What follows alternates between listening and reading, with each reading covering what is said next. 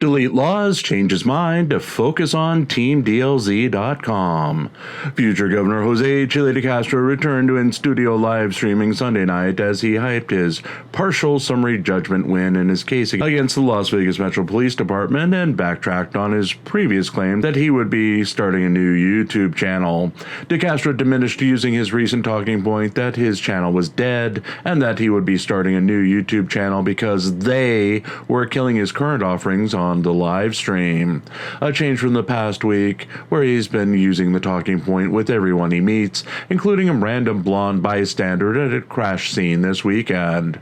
He replaced it Sunday night with an announcement that he would be focusing on his private TeamDLZ.com website, which now will be apparently offering memberships. He said he would be cutting back on his YouTube efforts to instead focus on creating new positive content for the website, and that he would not lose focus on that new goal. As part of the new goal, DeCastro announced that he was working harder than ever to get his constitutional law scholar board game ready for shipping by December.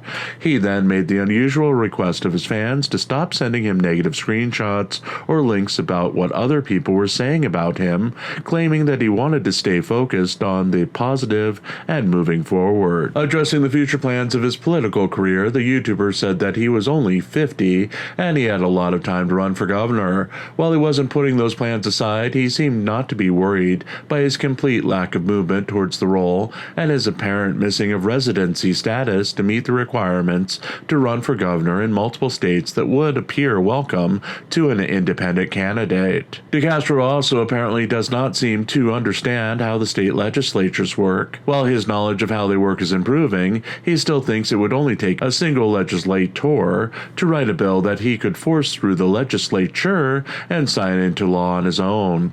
For example, he pre-announced that he would be banning the practice of civil asset forfeiture in whatever state he'd be running Sunday night.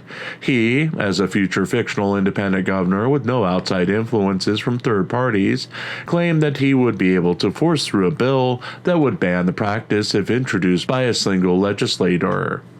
He discounted political leanings and outside influences on the members of the legislative branch, let alone challenges that would have to be heard by the judicial branch, stating that his sheer force of will would be enough to have his plans implemented.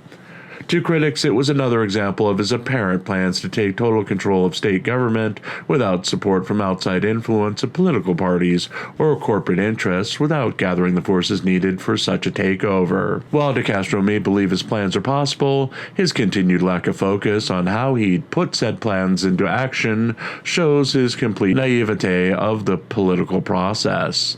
DeCastro is expected to live stream again later today.